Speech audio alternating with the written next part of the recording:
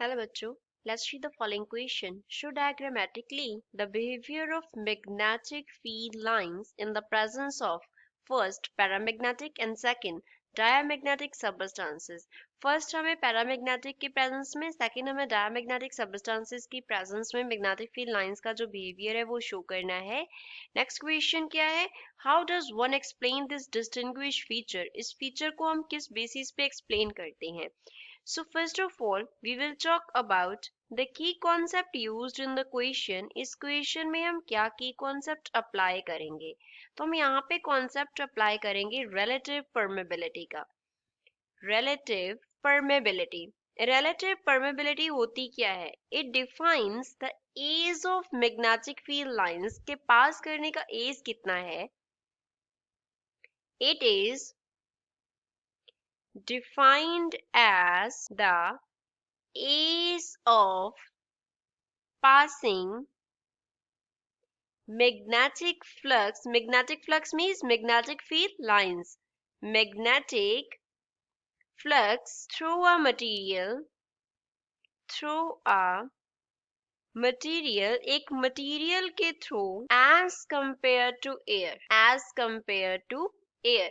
Air के comparison में एक मटेरियल में से मैग्नेटिक फ्लक्स के पास होने का जो एज है कि कितनी आसानी से वहां से मैग्नेटिक फ्लक्स उस मटेरियल में से पास कर सकता है, that is known as relative permeability. It is denoted by mu. इसको हम म्यू से डिनोट करते हैं. It is denoted by mu. इसको हम म्यू से डिनोट करते हैं. अब फर्स्ट हम कंसिडर करते हैं पैरामैग्नेटिक मटेरियल, पैरामैग्नेटिक सबस्टेंस. तो पैरामैग्नेटिक सबस्टेंस है हमारे पास. सपोज ये हमने बना लिया, this is a paramagnetic substance. अब इसके अराउंड जो है वो एक्सटर्नल मैग्नेटिक फील्ड प्रेजेंस है.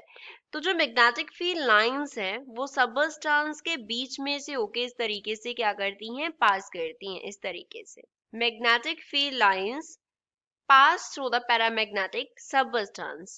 Magnetic flux, or we can say magnetic field lines pass through paramagnetic substance. अगर पैरामैग्नेटिक सबस्टेंस होगा तो उसके बीच में से मैग्नेटिक फील्ड लाइंस जो है वो पास करेंगी. इसका रीजन क्या है कि जो पैरामैग्नेटिक है, पैरामैग्नेटिक सबस्टेंस है, ये मैग्नेटिक फील्ड से अट्रैक्ट करता है. तो we will say that it moves from region of weaker magnetic field to stronger magnetic field. जिस तरफ मैग्नेटिक फील्ड वीकर होगा उस तरफ में से जिस तरफ मैग्नेटिक फील्ड स्ट्रॉन्ग होगा उस तरफ पैरामैग्नेटिक सबस्टेंस जो है वो मूव करता है. तो वी विल से कि जो मैग्नेटिक फील्ड लाइंस हैं वो क्या करेंगी, सबस्टेंस में से पास करेंगी.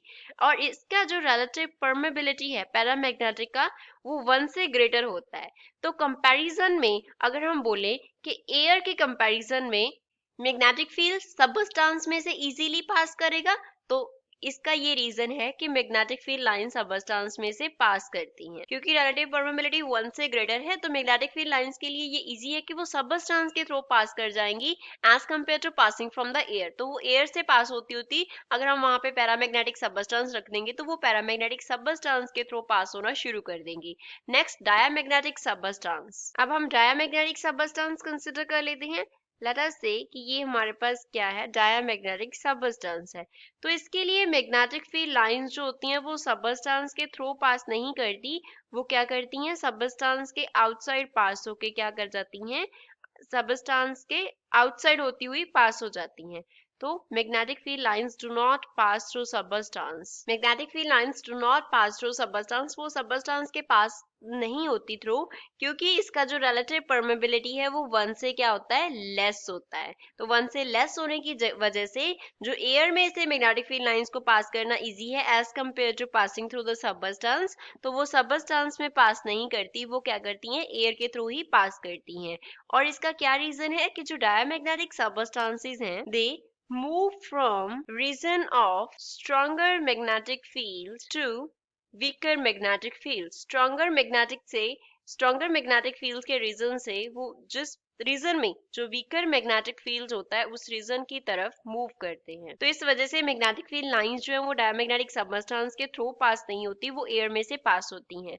अब ये तो फर्स्ट लाइन हमारा डायग्राम की फॉर्म में हमने मैग्नेटिक फील्ड लाइंस का जो बिहेवियर है वो रिप्रेजेंट कर दिया पैरामैग्नेटिक एंड डायमैग्नेटिक सबस्टेंस के लिए। और डिस्टिंग्विश फीचर क्या है, क्योंकि पैरामैग्नेटिक सबस्टेंस में से बीच में पास करती हैं और डायमैग्नेटिक सबस्टेंस के बीच में से पास नहीं करती, तो जो ये वाला जो डिस्टिंग्विश फीचर है इसका रीजन क्या है, इसका रीजन है हमारे पास रिलेटिव परमेबिलिटी। पैरामैग्नेटिक सबस्टेंसेस के लिए रिलेटिव परमेबिलिटी क्या होता है, 1 से ग्रेटर होता है, एंड डायमैग्नेटिक सबस्टेंसेस के लिए ये क्या होता है, 1 से लेस होता है।